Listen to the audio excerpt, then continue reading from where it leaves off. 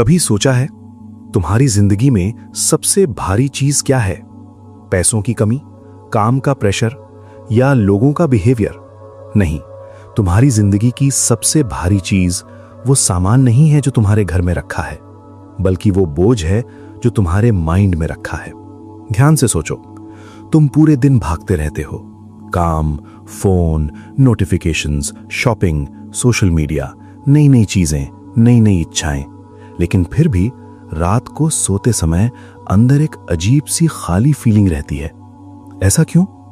अगर ज्यादा चीजें ज्यादा खुशी देती तो आज की जनरेशन इतनी स्ट्रेस्ड क्यों है?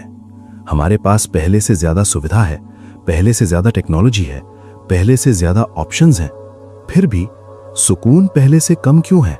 यहीं से गुड बाय थिंग्स एक ऐसा सवाल पूछती है जो शायद तुमने खुद से कभी नहीं पूछा। क्या सच में तुम्हें और चीजों की जरूरत है या तुम्हें कम चीजों की जरूरत है?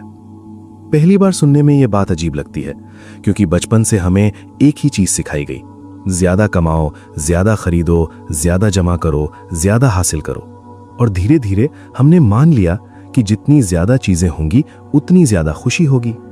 लेकिन अगर यही सच होता तो सबसे अमीर लोग सबसे ज्यादा शांत होते। लेकिन रियलिटी क्या है? जितना इंसान बाहर जोड़ता जाता है उतना ही अंदर खाली महसूस करने लगता है। अब सोचो, कभी ऐसा हुआ है तुमने कोई नई चीज खरीदी, शायद नया फोन, नई घड़ी, नए कपड़े या कोई एक्सपेंसिव गैजेट। पहले दिन बहुत एक्साइटमेंट हुई, दूसरे दिन अच्छा लगा, एक हफ्ते बाद सब नॉर्मल हो गया और कुछ दिनों बाद तुम्हारा माइंड फिर किसी नई चीज के पीछे भागने लगा। ऐसा क्यों? क्योंकि प्रॉब्लम उस चीज में नहीं थी, प्रॉब्लम तुम्हारे माइंड की हैबिट में थी। ये किताब कहती है माइंड को ज्यादा चीजों की आदत लग जाती है, और जिस माइंड को हमेशा ज्यादा चाहिए उसे कभी इनफ महसूस नहीं होता। यही वजह है कि कुछ लोग छोटे से घर में भी बहुत खुश रहते हैं और कुछ लोग बड़े बंगले में भी बेचैन रहते हैं। डिफरेंस घर का नहीं है, माइंड का है।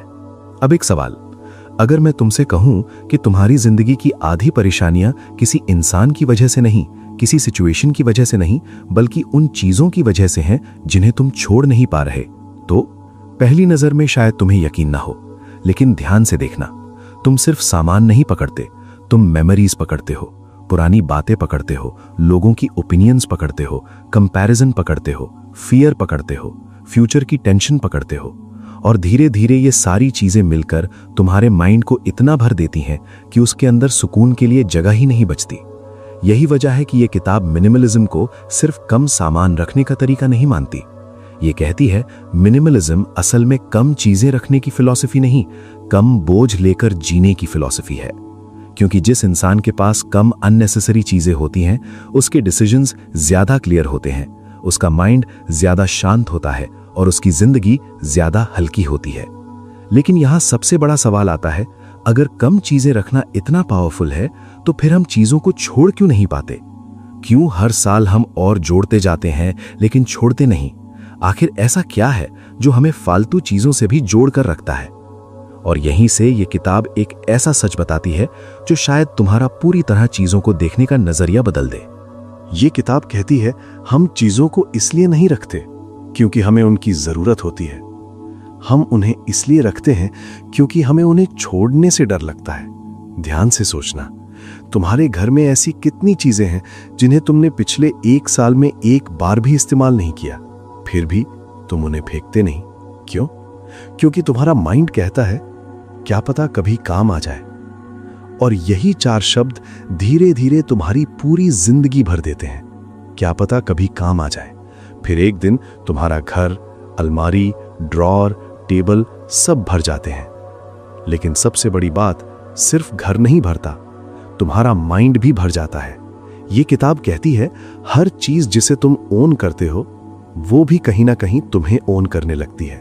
मतलब तुम सोचते हो ये सामान मेरा है, लेकिन सच क्या है? धीरे धीरे तुम्हें उसी सामान की चिंता होने लगती है। इसे साफ रखना है, इसे संभाल कर रखना है, इसे खराब नहीं होने देना, इसे शिफ्ट करना है, इसे ऑर्गेनाइज करना है। और बिना महसूस किए तुम अपना टाइम, अपनी एनर्जी, अपना अटेंशन उन चीजों को देने लगते हो जो तुम्हारी जिंदगी में कोई रियल वैल्यू ऐड ही नहीं कर रही। अब इमेजिन करो तुम्हारे पास 100 चीजें हैं तो तुम्हारा ध्यान 100 जगह बटेगा। लेकिन अगर तुम्हारे पास 20 मीनिंगफुल चीजें हों तो तुम्हारा माइंड अपने आप हल्का महसूस करेगा। यही वजह है फूमियो ससाकी कहते हैं, मिनिमलिज्म स्पेस बनाने की कला नहीं है, अटेंशन बचाने की कला है। अब एक डीप बात, तुम्हें लगता है ज्यादा ऑप्शंस ज्यादा फ्रीडम देते हैं, लेकिन रियलिटी बिल्कुल उल्टी है। जितने ज्यादा ऑप्शंस उतना ज्यादा कंफ्यूजन। सोचो, सुबह तुम्हारे सामने 40 कपड़े रखे हैं तो क्या होगा? तुम सोचोगे ये पहनूं या वो, ये अच्छा लगेगा या दूसरा, और बिना महसूस किए तुम अपना मेंटल एनर्जी एक छोटे से डिसीजन में खर्च कर दोगे। लेकिन अगर ऑप्शंस कम हो तो डिसीजन आसान हो जाता है। और यही प्रिंसिपल पूरी जिंदगी पर लागू होता है। जितनी ज्यादा अननेसेसरी चीजें उतने ज्यादा अननेसेसरी डिसीजंस, और जितने ज्यादा अननेसेसरी डिसीजंस उतना ज्यादा मेंटल फटीग। यही रीजन है कि कुछ लोग पूरा दिन कुछ खास नहीं करते फिर भी रात तक पूरी तरह थक जाते हैं, क्योंकि शरीर नहीं, माइंड थक चुका होता है। अब एक और इंटरेस्टिंग बात, हम अक्सर सोचते हैं कि हमें चीजें खुश करती हैं, लेकिन यह किताब एक अलग ट्रूथ बताती है। चीजें कुछ समय के लिए एक्साइटमेंट देती हैं, लेकिन सुकून कभी नहीं देती। एक्साइटमेंट हमेशा थोड़ी देर की होती है, लेकिन पीस एक अलग फीलिंग है, और पीस खरीदी नहीं जाती, क्रिएट की जाती है। अब सोचो, जब तुम्हारा कमरा बिखरा हुआ होता है तो कैसा फील होता है? और वही कमरा साफ, खुला और शांत होता है तो कैसा फील होता है? कमरा वही है, लेकिन तुम्हारा एक्सपीरियंस बदल जाता है। क्यों? क्योंकि बाहर का क्लटर धीरे धीरे अंदर के क्लटर को भी बढ़ा देता है। और यही वजह है यह किताब सिर्फ घर साफ करने की बात नहीं करती, ये माइंड साफ करने की बात करती है। लेकिन यहां एक बहुत बड़ा इल्यूजन है जिसमें लगभग हर इंसान फंसा हुआ है। उसे लगता है जब मेरे पास और चीजें होंगी तब मैं खुश हो जाऊंगा। लेकिन अगर हैप्पीनेस चीजों में होती तो हर शॉपिंग के बाद तुम हमेशा के लिए सैटिस्फाइड हो जाते। फिर कुछ दिनों बाद तुम्हारा माइंड नई चीज क्यों ढूंढने लगता है? यहीं ये किताब एक ऐसा साइकोलॉजिकल ट्रूथ बताती है जो समझ में आ गया तो शायद तुम्हारी बाइंग हैबिट्स ही नहीं, पूरी जिंदगी बदल सकती है।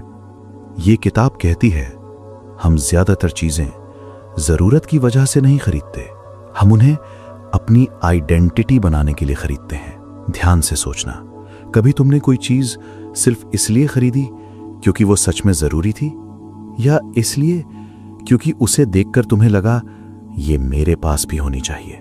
यहीं से एक इनविजिबल रेस शुरू होती है जहां इंसान अपनी जरूरतों के लिए नहीं, दूसरों को इंप्रेस करने के लिए जीने लगता है। अब इमेजिन करो, 2 लोग हैं, पहले के पास सिर्फ वही चीजें हैं जो उसकी जिंदगी को बेहतर बनाती हैं, और दूसरे के पास हर नई चीज है, लेकिन फिर भी उसे लगता है अभी कुछ कमी है। तुम्हें क्या लगता है इन दोनों में ज्यादा अमीर कौन है? ये किताब कहती है, जिसके पास सबसे ज्यादा सामान है वो सबसे अमीर नहीं है। सबसे अमीर वो है जिसे सबसे कम चीजों की जरूरत है, क्योंकि जिस इंसान की हैप्पीनेस कम चीजों पर डिपेंड करती है उसे दुनिया आसानी से डिस्टर्ब नहीं कर सकती, लेकिन जिसकी खुशी हर नई चीज पर डिपेंड करती है उसका सेटिस्फैक्शन कभी परमानेंट नहीं हो सकता। अब एक डीप ट्रूथ, तुम्हें लगता है तुम चीजें खरीद रहे हो, लेकिन कई बार तुम अपनी इनसिक्योरिटी खरीद रहे होते हो। महंगा फोन ताकि लोग नोटिस करें, ब्रांडेड कपड़े ताकि लोग रिस्पेक्ट करें, लग्जरी लाइफस्टाइल ताकि लोग इंप्रेस हों।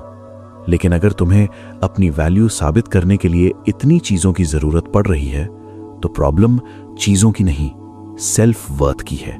और यही इस किताब का सबसे अनकंफर्टेबल ट्रूथ है। हम सामान नहीं खरीदते, हम फीलिंग्स खरीदने की कोशिश करते हैं। Confidence, respect, acceptance, importance. लेकिन ये सारी फीलिंग्स किसी दुकान में नहीं मिलती, ये अंदर बनती हैं। अब सोचो, कितनी बार तुमने सोचा बस ये मिल जाए फिर मैं खुश हो जाऊंगा, लेकिन जैसे ही वो चीज मिली कुछ समय बाद माइंड ने नई इच्छा पैदा कर दी। क्यों? क्योंकि माइंड का नेचर सैटिस्फाइड होना नहीं, नेक्स्ट चीज ढूंढना है। और अगर तुमने इस नेचर को नहीं समझा तो पूरी जिंदगी एक चीज से दूसरी चीज तक भागते रहोगे, लेकिन कभी पहुंचोगे नहीं। अब एक और इंटरेस्टिंग बात, फुमियो ससाकी कहते हैं मिनिमलिज्म सैक्रिफाइस नहीं है, फ्रीडम है। पहली बार सुनने में ऐसा लगता है कम चीजें रखना मतलब अपनी लाइफ को लिमिट करना, लेकिन रियलिटी बिल्कुल ऑपोजिट है। सोचो, अगर तुम्हें हर सुबह कम डिसीजंस लेने पड़े, कम चीजें संभालनी पड़े, कम मेंटेनेंस करनी पड़े, तो तुम्हारे पास किस चीज के लिए ज्यादा टाइम बचेगा? लाइफ के लिए, लर्निंग के लिए, रिलेशनशिप्स के लिए, पीस के लिए। यही रीजन है ये किताब बार बार कहती है मिनिमलिज्म कम रखने की आदत नहीं, जरूरी चीजों के लिए जगह बनाने की आदत है। लेकिन यहां एक और साइकोलॉजिकल ट्रैप है जो शायद हर इंसान की जिंदगी में है। हम सिर्फ सामान से अटैच नहीं होते, हम उन मेमोरीज से अटैच हो जाते हैं जो उन चीजों से जुड़ी होती हैं। एक पुरानी शर्ट जिसे तुम कभी पहनते नहीं फिर भी फेंक नहीं पाते क्योंकि उसके साथ एक मेमोरी जुड़ी है। कोई गिफ्ट जो सालों से रखा है, काम का नहीं है, फिर भी छोड़ नहीं पाते क्योंकि उसे किसी खास इंसान ने दिया था। धीरे धीरे हम चीजों को नहीं, अपनी मेमोरीज को पकड़कर बैठ जाते हैं। लेकिन यह किताब यहीं एक बहुत पावरफुल सवाल पूछती है, क्या मेमोरी को बचाने के लिए उस चीज को हमेशा अपने पास रखना जरूरी है, या मेमोरी तुम्हारे दिल में रह सकती है बिना उस सामान के भी? और जैसे ही इंसान इस सवाल का जवाब ईमानदारी से देने लगता है, उसे पहली बार महसूस होता है कि कई बार वो सामान नहीं, अपना अतीत उठाकर चल रहा था। और शायद यही वजह है कि उसके कदम इतने भारी हो गए थे। लेकिन अगर असली प्रॉब्लम सिर्फ सामान नहीं है, तो फिर असल में हमें अपनी जिंदगी से क्या हटाना चाहिए? यहीं से ये किताब मिनिमलिज्म का सबसे गहरा मतलब समझाना शुरू करती है। ये किताब कहती है मिनिमलिज्म सिर्फ घर से फालतू चीजें निकालना नहीं है, असल मिनिमलिज्म अपने माइंड से फालतू चीजें निकालना है। क्योंकि अगर घर खाली हो लेकिन माइंड भरा हो तो सुकून फिर भी नहीं मिलेगा। अब ध्यान से सोचो, तुम पूरे दिन कितनी ऐसी बातें सोचते हो जिनका तुम्हारी जिंदगी पर कोई असर ही नहीं पड़ने वाला। किसने क्या कहा, कौन आगे निकल गया, किसके पास क्या है, लोग मेरे बारे में क्या सोचते होंगे, और बिना महसूस किए तुम्हारा पूरा अटेंशन उन चीजों में चला जाता है जो तुम्हारे कंट्रोल में ही नहीं है। यही वजह है कि यह किताब सिर्फ फिजिकल क्लटर की नहीं, मेंटल क्लटर की भी बात करती है। अब इमेजिन करो, तुम्हारे सामने एक ग्लास रखा है।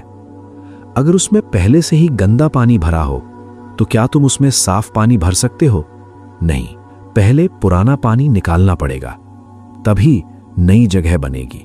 लाइफ भी ठीक ऐसी ही होती है। जब तक तुम्हारा माइंड पुराने थॉट्स, पुरानी इनसिक्योरिटीज, पुराने कंपैरिजन्स और बेकार की वरीज से भरा रहेगा, तब तक नई क्लैरिटी अंदर आ ही नहीं सकती। अब एक और डीप ट्रूथ, तुम्हें लगता है कि तुम्हें और इंफॉर्मेशन चाहिए, लेकिन सच क्या है? आज प्रॉब्लम इंफॉर्मेशन की कमी नहीं है, इंफॉर्मेशन की ओवरलोड है। सुबह उठते ही news, reels, shorts, posts, videos, messages, notifications, पूरा दिन तुम्हारा माइंड दूसरों की इंफॉर्मेशन से भरता रहता है। लेकिन एक सवाल, आखिरी बार तुमने अपने माइंड की आवाज कब सुनी थी? शायद याद भी नहीं होगा, क्योंकि जब बाहर का नॉइज बहुत ज्यादा हो जाता है तो अंदर की क्लैरिटी धीरे धीरे गायब होने लगती है। यही रीजन है फुमियो ससाकी कहते हैं, कम चीजें, कम इंफॉर्मेशन, कम डिस्ट्रैक्शन ये तुम्हें कमजोर नहीं बनाती, ये तुम्हें क्लियर बनाती हैं। अब एक और हिडन ट्रैप, हम हमेशा सोचते हैं कि अगर मेरे पास थोड़ा और होगा तो मैं खुश हो जाऊंगा। लेकिन माइंड की प्रॉब्लम क्या है? उसके लिए थोड़ा और कभी खत्म नहीं होता। आज नया फोन चाहिए, कल बड़ी कार चाहिए, फिर बड़ा घर चाहिए, फिर और स्टेटस, और ये दौड़ कभी खत्म नहीं होती। लेकिन ये किताब एक ऐसा सवाल पूछती है जो शायद तुम्हें अंदर तक हिला दे। अगर आज तुम्हें जो कुछ भी चाहिए वो सब मिल जाए, तो क्या गारंटी है कि 6 महीने बाद तुम फिर कुछ नया नहीं चाहोगे? शायद कोई गारंटी नहीं, क्योंकि प्रॉब्लम डिजायर पूरी होने की नहीं, डिजायर बनते रहने की है। और जब तक इंसान इस साइकिल को नहीं समझता, तब तक वो हमेशा नेक्स्ट हैप्पीनेस का इंतजार करता रहेगा। अब एक और पावरफुल रियलाइजेशन, मिनिमलिज्म गरीबी नहीं है, मिनिमलिज्म इंटेंशनल लिविंग है। मतलब तुम हर चीज से यह पूछना शुरू कर देते हो, क्या ये मेरी जिंदगी को बेहतर बना रही है या बस जगह घेर रही है? क्या ये मुझे फ्रीडम दे रही है या मुझे और डिपेंडेंट बना रही है? क्या ये मेरी पीस बढ़ा रही है या मेरा अटेंशन खा रही है? और जैसे जैसे तुम ये सवाल हर चीज से पूछने लगते हो, वैसे वैसे तुम्हारी जिंदगी अपने आप हल्की होने लगती है। लेकिन यहां एक और इल्यूजन है जो सबसे मुश्किल होता है, क्योंकि हम सिर्फ सामान जमा नहीं करते, हम अपनी पहचान भी सामान के साथ जोड़ लेते हैं। हमें लगता है कि अगर ये चीज चली गई तो शायद मेरा एक हिस्सा भी चला जाएगा, और यही अटैचमेंट की शुरुआत होती है। लेकिन ये किताब यही एक ऐसा पर्सपेक्टिव देती है जो शायद तुम्हें पहली बार अपने आप को चीजों से अलग करके देखना सिखा दे, क्योंकि हो सकता है तुम्हारी सबसे बड़ी पहचान उन चीजों में कभी थी ही नहीं जिन्हें तुम इतने सालों से पकड़ कर बैठे हुए हो।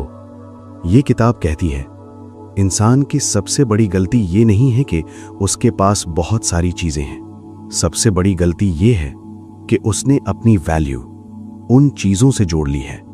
ध्यान से सोचना, अगर आज तुम्हारा फोन बदल जाए तो क्या तुम बदल जाओगे? अगर तुम्हारी कार ना रहे तो क्या तुम कम वैल्यूएबल हो जाओगे? अगर तुम्हारा घर छोटा हो जाए तो क्या तुम छोटे इंसान बन जाओगे? नहीं, लेकिन तुम्हारा माइंड धीरे धीरे यही मानने लगता है कि मैं वही हूं जो मेरे पास है, और यहीं से पूरी जिंदगी की दौड़ शुरू हो जाती है।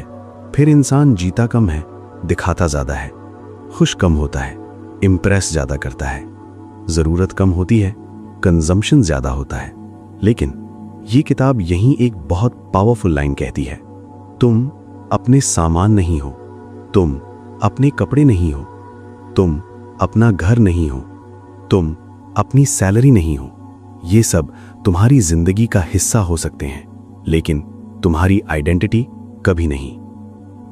अब इमेजिन करो, अगर कल तुम्हारे पास सिर्फ उतनी ही चीजें बचें जितनी सच में जरूरी हैं, तो क्या तुम जी नहीं पाओगे, या शायद पहली बार सुकून से जी पाओगे? यही सवाल फूमियो ससाकी ने खुद से पूछा था, और जब उन्होंने धीरे धीरे अपनी जिंदगी से अननेसेसरी चीजें हटानी शुरू की, तो सिर्फ उनका घर नहीं बदला, उनका पूरा माइंडसेट बदल गया। उन्हें एहसास हुआ कि कम चीजें मतलब कम क्लीनिंग, कम मेंटेनेंस, कम डिसीजंस, कम खर्च, कम टेंशन, और ज्यादा टाइम, ज्यादा फ्रीडम, ज्यादा क्लैरिटी। अब एक और डीप ट्रूथ, हम सोचते हैं कि चीजें हमें टाइम बचाती हैं, लेकिन कई बार वही चीजें हमारा सबसे ज्यादा टाइम ले जाती हैं। जितनी ज्यादा चीजें, उतना ज्यादा उन्हें संभालने का टाइम, उन्हें साफ रखने का टाइम, उन्हें अरेंज करने का टाइम, उन्हें अपग्रेड करने का टाइम, और धीरे धीरे तुम लाइफ जीने से ज्यादा लाइफ मैनेज करने लगते हो। यही वजह है कि ये किताब बार बार एक ही बात दोहराती है, ओन लेस, लिव मोर। मतलब कम ओन करो लेकिन ज्यादा जियो। अब एक और इंटरेस्टिंग बात, मिनिमलिज्म सिर्फ फिजिकल स्पेस नहीं बनाता, ये मेंटल स्पेस भी बनाता है, और मेंटल स्पेस क्रिएटिव थिंकिंग को जन्म देता है। ध्यान से देखना, जब तुम्हारा रूम साफ होता है तब माइंड भी हल्का फील करता है। जब डेस्क साफ होती है तो काम करने का मन भी करता है। जब चारों तरफ कम डिस्ट्रैक्शन होती है तो फोकस अपने आप बढ़ जाता है। यही रीजन है कि एनवायरनमेंट तुम्हारे माइंडसेट को चुपचाप शेप देता रहता है। अब एक सवाल, अगर तुम्हारे आसपास हर समय नॉइज ही नॉइज हो तो माइंड शांत कैसे रहेगा? और अगर माइंड शांत नहीं रहेगा तो तुम अपनी जिंदगी की सबसे इंपॉर्टेंट बातें सुनोगे कैसे? यहीं ये किताब एक ऐसा रियलाइजेशन देती है जो शायद पूरी वीडियो का सबसे पावरफुल पॉइंट है। सुकून ज्यादा पाने से नहीं आता, सुकून कम चाहने से आता है। और जिस दिन इंसान इस एक बात को सच में समझ लेता है, उस दिन वो सिर्फ अपना घर नहीं, अपनी पूरी जिंदगी हल्की करना शुरू कर देता है। लेकिन यहां एक आखिरी सवाल बचता है, अगर मिनिमलिज्म इतना पावरफुल है तो क्या इसका मतलब सब कुछ छोड़ देना है, या इसका असली मतलब कुछ और ही है? और यही इस किताब का सबसे गहरा लेसन है जो पूरी सोच बदल देता है। ये किताब कहती है, मिनिमलिज्म का मतलब सब कुछ छोड़ देना नहीं है, मिनिमलिज्म का मतलब है सिर्फ वही रखना जो सच में तुम्हारी जिंदगी को बेहतर बनाता है, क्योंकि प्रॉब्लम ज्यादा चीजों की नहीं है। प्रॉब्लम बिना सोचे हर चीज को अपनी जिंदगी में जगह देने की है। अब एक सवाल, अगर आज तुम्हें अपनी पूरी जिंदगी सिर्फ 10 चीजों से बनानी पड़े तो तुम क्या चुनोगे? शायद तुम वही चुनोगे जो सच में तुम्हारे लिए इंपॉर्टेंट है। यही इंटेंशनल लिविंग है, जहां हर डिसीजन सोच समझ कर लिया जाता है, ना कि हैबिट में या दूसरों को देखकर। अब एक डीप ट्रूथ, तुम्हारी जिंदगी उन चीजों से नहीं बनती जो तुम खरीदते हो। तुम्हारी जिंदगी उन चीजों से बनती है जिन्हें तुम हर दिन अटेंशन देते हो। अगर तुम्हारा अटेंशन कंपैरिजन पर है तो तुम्हें हमेशा कमी महसूस होगी। अगर तुम्हारा अटेंशन कंजम्पशन पर है तो तुम्हें हमेशा कुछ नया चाहिए होगा। लेकिन अगर तुम्हारा अटेंशन ग्रोथ पर है, ग्रैटिट्यूड पर है, रिलेशनशिप्स पर है, हेल्थ पर है, पीस पर है, तो धीरे धीरे तुम्हारी पूरी जिंदगी वैसी ही बनने लगेगी। यही वजह है कि ये किताब सिर्फ घर साफ करना नहीं सिखाती, ये प्रायोरिटीज साफ करना सिखाती है।